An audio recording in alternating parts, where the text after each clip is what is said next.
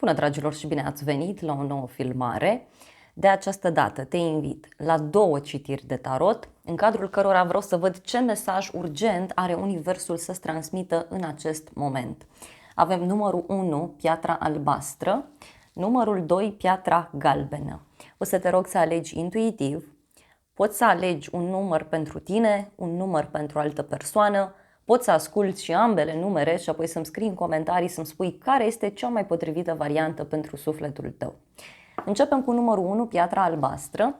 Îți mulțumesc că mă urmărești, îți mulțumesc că mi ești alături. Dacă vrei și tu o citire pentru sufletul tău, găsești oricând gratuit pe noua aplicație Cristina Zurba, disponibilă atât pe iPhone cât și pe Android. Să vedem, începem cu un mesaj din partea oracolului, să vedem ce trebuie tu să cunoști. Ok, avem ora 14 și 41 de minute, da? Cu mesajul succes, bogăție, abundență, da? Deci împlinire, mulțumire. Este ca un echilibru la care tu reușești să ajungi. Apoi avem ora 6 și 6 minute. Armonie, iubire și simt eu aici că lucrurile încep să funcționeze în viața ta dintr-un anumit punct de vedere.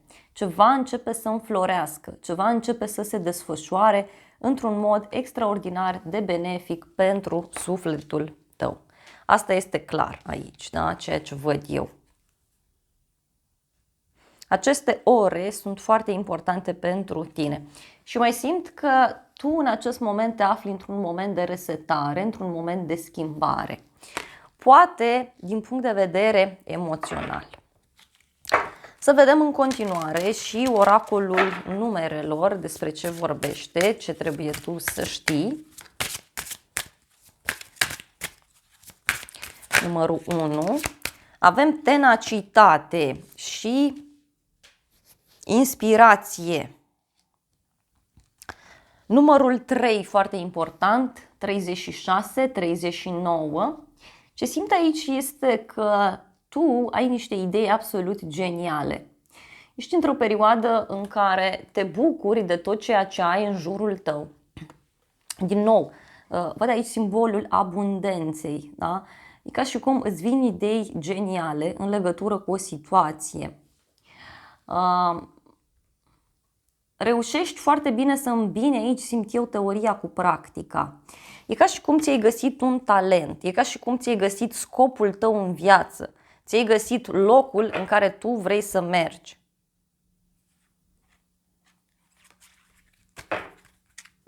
Să vedem în continuare și tarotul ce mesaj are să transmită. Ok.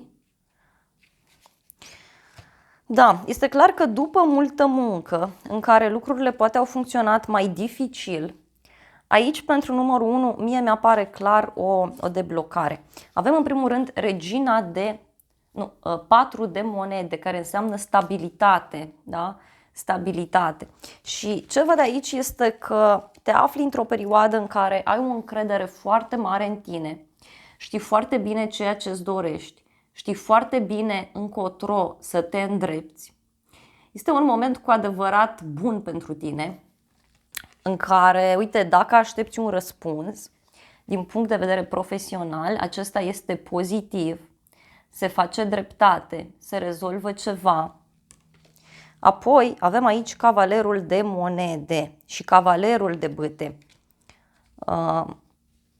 Tu aici văd că ai luat o hotărâre în legătură cu viața ta profesională, în legătură cu viața ta personală. Te îndrepți aici încet și sigur către ceva, către o pasiune pe care o ai. Dar văd aici că rezultatul final sau locul în care tu ajungi este binecuvântat, este sfânt, este destinul tău acolo. Dacă este vorba de o relație în care lucrurile s-au mișcat greu sau se mișcă greu, aici este clar că în final poate să fie vorba despre o stabilitate enormă la care se ajunge, poate chiar o căsătorie sau chiar o relație de durată, pentru că aici văd că la un moment dat va exista o flacără, va exista o atracție, va exista un declic care va duce relația aceasta într-un punct înalt. Dacă este vorba de planul profesional, aici e ca și cum iei lucrurile încet și sigur și devii ca un profesor, ca un mentor, devii ca un specialist în domeniul respectiv. Da? Arcana majoră, moartea, 10 de spade, care reprezintă iar un moment de transformare, un moment de schimbare foarte, foarte profund pentru sufletul tău. Foarte interesant. Vreau să vedem acum și câteva clarificări. În primul rând vreau să văd ce este cu judecata pentru numărul 1. 8 de monede, deci un răspuns pe care tu l-ai așteptat legat de muncă. Poate pentru unii este vorba despre un moment de resetare, da, care apare. Uite, e ca un nou început aici. Te pregătești, da, vrei să lucrezi singur, poate îți faci niște planuri, niște strategii.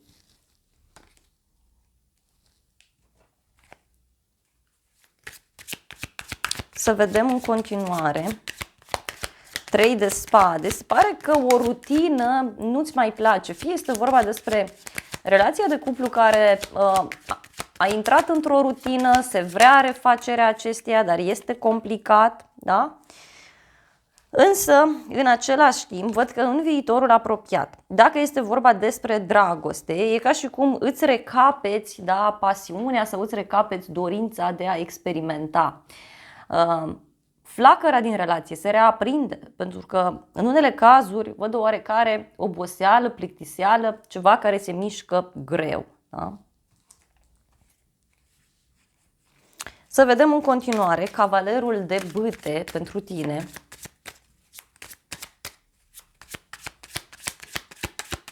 Ce vrea să zică?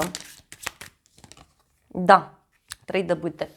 În urma unui drum scurt sau în urma unei conversații pe care o vei avea, aici eu văd clar o deblocare pentru tine. Poate vei învăța niște lucruri noi, poate aici în sfârșit, uite, îți găsești fericirea, liniștea. Deci dacă ai întrebat de dragoste, aici văd clar că lucrurile se vor schimba și ai șanse să apară cineva sau ai șanse ca în relația deja existentă lucrurile să se desfășoare diferit. Uite, avem aici arcana majoră, moartea, regina de spade, deci din nou a ieșit această arcană majoră care înseamnă o transformare foarte mare pentru numărul 1. Da? Mintea ta se transformă, felul tău de a vedea viața se transformă. Poate să fie aici și o bucurie foarte mare care apare, da? Se finalizează ceva, dar simt foarte mult această idee de înțelepciune. Cineva care este cumva la un nivel înalt, care are o putere mare. Deci aici, mai ales, uite, dacă ești femeie, mie mi-apare o schimbare foarte mare în viața ta. Și simt că pentru unii aici sunt niște energii pe termen lung, da? Pe termen lung. O persoană alături de care, uite, poți să îmbătrânești sau poate să fie o persoană alături de care poți să rămâi mult timp, din ce văd aici. Avem și regele de spade și regina de spade. Deci este clar aici că în final, uite, cineva nu va dori să mai renunțe la tine de nicio culoare. Și mai avem aici și o schimbare mare prin care partea feminină va trece. Da? Uite, o familie fericită avem aici. Deci, numărul 1. Aici e clar că pentru tine urmează o perioadă extrem de fericită. Urmează o perioadă cu schimbări. O perioadă în care tu vei avea curajul să te rupi din anumite lucruri. E ca și cum vrei stabilitate sau nu vrei să faci schimbări, te încăpățânezi, fie tu, fie cineva din jurul tău, dar deodată aici văd eu că apare o rezolvare minune pentru numărul 1. Să vedem puțin îngerii romantici ce părere au în legătură cu această situație.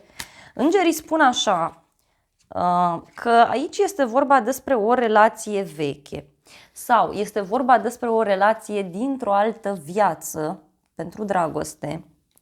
Avem un flirt, da, și lasă-ți prietenii să te ajute. cere și acceptă ajutor din partea celorlalți. Numărul 1, aici este clar că trebuie poate să ceri sau să accepti ajutorul celorlalți. Eu simt aici că e ca și cum respingi pe cineva sau cineva se simte respins. Da?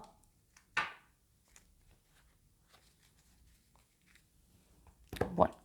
Să vedem și tarotul meu ce părere are. Numărul 1. Același mesaj, da? Te dorește cineva bani mulți. Deci este clar aici că și din punct de vedere personal și din punct de vedere profesional, eu văd clar o împlinire mare. Unii e ca și cum aveți aici o pasiune foarte puternică pe care vreți să vă dezvoltați și reușiți. Reușiți acest lucru, fără dar și poate.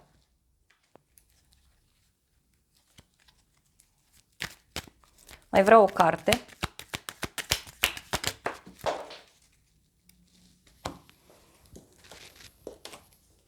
O bucurie mică, da? Deci,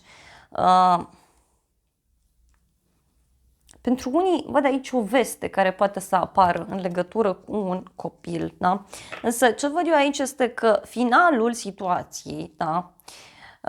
Este bun, doar că cumva nu o să fie o fericire din aia de ai impresia că ești în paradis, ci mai degrabă o să fie ceva real, palpabil, stabil, da? Ceva care durează în timp, nu care se dărâmă așa ca un castel de nisip. Nu există. Ai un noroc foarte mare tu aici. Doar că parcă totul vine printr-un fel de pagubă, printr-un fel de pierdere. Dragii mei, acestea au fost previziunile pentru numărul 1. Eu vă mulțumesc pentru atenție, vă îmbrățișez cu drag, vă mulțumesc că mi-ați rămas alături până la final. Sper din suflet să-ți fie de folos aceste informații și dacă vrei și tu o analiză pentru sufletul tău, te aștept oricând pe aplicația Cristina Zurba, disponibilă atât pe iPhone cât și pe Android. Te invit cu mare drag acolo, te îmbrățișez și să ne revedem cu bine și data viitoare.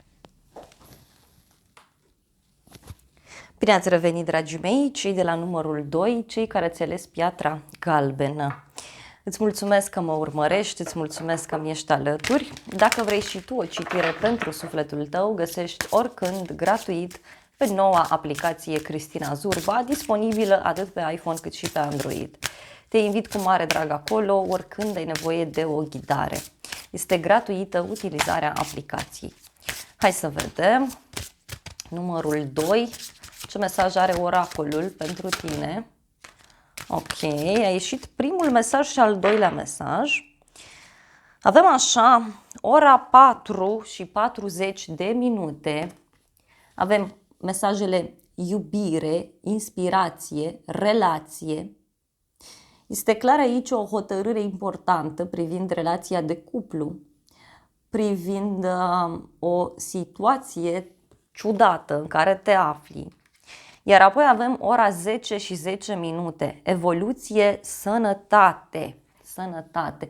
Deci aici numărul 2, văd o îmbunătățire, fie a stării de sănătate, fie a unei relații. O relație care devine mai sănătoasă, o relație care evoluează. Poate dacă ești o persoană singură, aici văd că te afli într-o perioadă de vindecare din punct de vedere emoțional și ești pe drumul tău. Deci e bine ce apare. Ești într-o continuă evoluție, devii cea mai bună variantă a ta și asta e important. Numărul 2, am un mesaj important care mi se transmite: nu te compara cu ceilalți, nu compara relația ta cu relația altora. Fiecare relație este diferită și are partea ei frumoasă, partea ei urâtă. Asta e viața, da? E foarte important acest aspect pentru numărul 2. Nu știu de ce simt să vă transmit asta. Să vedem în continuare și acest oracol ce transmite. Wow! A ieșit un mesaj extraordinar de frumos. Avem prosperitate. Numărul 26, foarte important. Iar apoi avem inteligența emoțională, inteligența inimii, 27. Foarte interesant. E ca și cum tu aici evoluezi. Deci simți aici că tu, e ca și cum ai o încredere în tine, te simți bine, te simți relaxat tu cu tine și de aici văd că e clar că îmi pornește, da, această idee de inteligență emoțională. Văd faptul că e posibil ca în momentul de față fie să investești bani pentru sufletul tău, adică îți cumperi ceva pentru sufletul tău, cumperi un curs, o carte, faci ceva pentru sufletelul tău. Da? Asta e foarte, foarte important.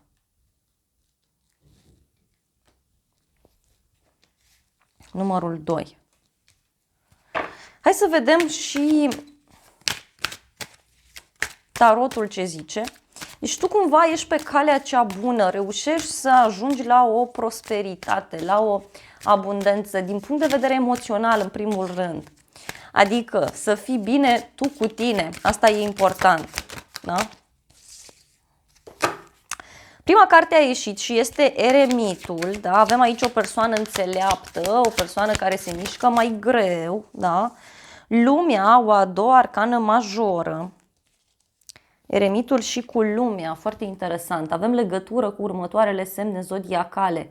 Fecioară, berbec, nu știu de ce îmi vine să zic berbec. Că avem aici energia copilului.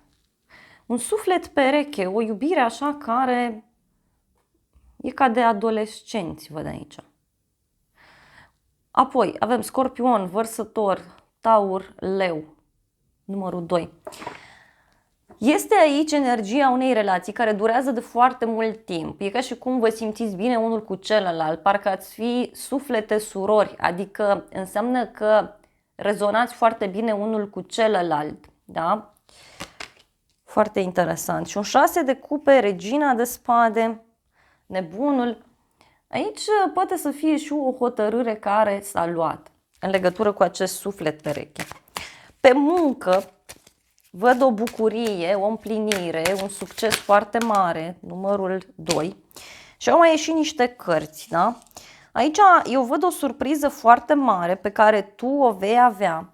E ca și cum reușești să te rupi dintr-o chestie toxică, reușești să ai curajul să spui lucrurilor pe nume. Avem aici un rege de bâte, un lider, un șef, o persoană poate născută în zodie de foc, leu, berbec, în mod special, că tot mi-a ieșit această zodie, și săgetător.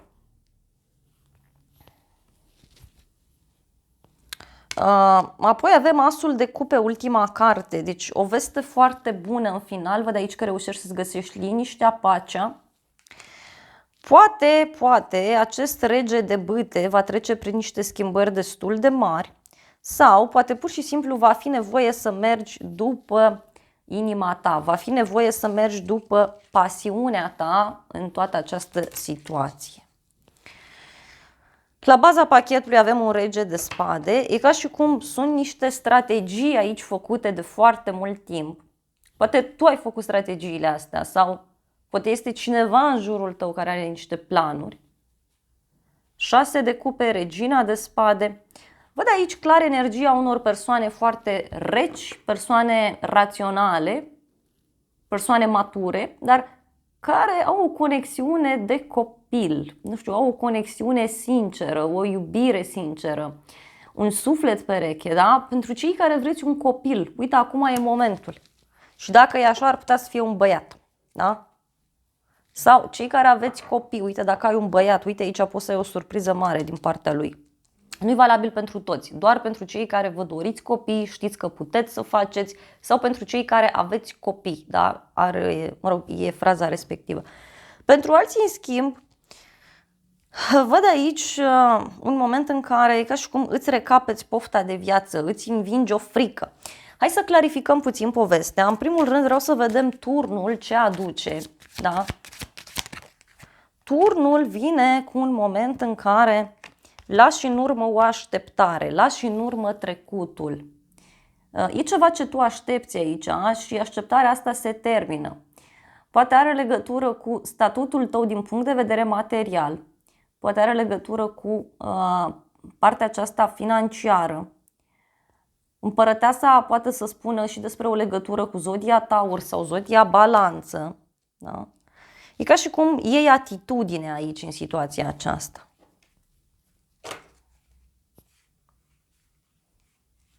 Îți învinge o teamă.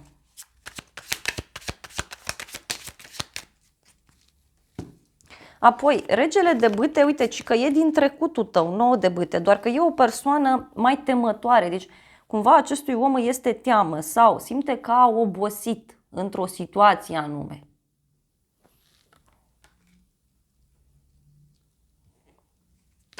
Simte că nu mai poate.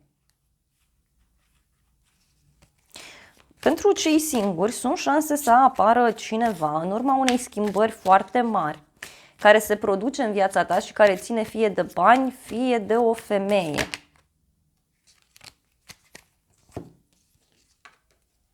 Da? Și văd aici, uite, o veste bună care apare în final în legătură cu o hotărâre. Deci avem aici din nou zodia Balanță, mai avem zodia Pești. Apare o veste bună în legătură cu o așteptare, în legătură cu un blocaj, în legătură cu un sacrificiu. Uite, dar văd aici îndrăgostiții, 4 de spade, 9 de monede, ceea ce înseamnă clar în final abundență, liniște, poate o vacanță împreună cu persoana iubită sau un moment de calitate petrecut cu această persoană, fie că vă întâlniți undeva pe la amiază, faceți o plimbare, ieșiți, mâncați ceva. Pentru alții poate să fie vorba și despre cineva pe care îl cunoști într-un concediu pe care îl faci. Deci eu văd clar aici foarte multă împlinire. Chiar dacă discutăm de zona profesională, e clar că veștile bune apar. Să vedem acum și îngerii romantici ce vor să zică în legătură cu această situație. Îngerii romantici, uite, spun din nou acest mesaj, da, pe care turnul deja ți l-a oferit, și anume eliberează-te pe tine, da? Tu trebuie să te eliberezi, da? Tu trebuie să sari din acest gard, din aceste convingeri pe care le ai, dintr-o situație care, nu știu, tu ai impresia că ești blocat, dar nu ești blocat, da? Unicornul ăsta de aici, da? Nu e blocat, poate să sară gardul respectiv și să se elibereze. Depinde doar de el. Da? A venit timpul să preiei controlul înapoi asupra vieții tale, să faci ce crezi tu, ce simți tu, nu ce zic alții. Și avem aici un mesaj important pentru cineva. Cunoaște-te mai bine cu această persoană. Pe cât te vei cunoaște mai bine cu această persoană, pe atât legătura dintre voi devine mult mai puternică. E ca și cum nu poți să te desfășori cu adevărat în fața cuiva, în fața unor oameni, în fața colegilor, în fața prietenilor. Da? Îngerii zic clar că trebuie să faci acest efort. Dragostea necesită câteodată să facem eforturi. Să vedem și un mesaj din partea tarotului meu, să vedem numărul 2, ce trebuie să cunoașteți. Vreau un mesaj important, numărul 2. Avem o persoană vicleană și lacrimi, deci este o persoană vicleană aici înlăcrimată sau poate are legătură cu faptul că uneori tu ești propriul tău dușman, da? Pentru că, uite, mie mi-apare o bucurie mare, dragoste sinceră și realizarea dorințelor. Poate pentru numărul 2 este vorba despre o persoană care a suferit sau cineva care e ca un dușman și omul ăsta poate, știu eu, în sfârșit suferă, da? Sau în sfârșit plătește. Pentru că, uite, avem aici o bucurie foarte mare pentru tine. O reacție ciudată a cuiva, mai văd, a unui bărbat mai tânăr sau un bărbat nou și gelosii.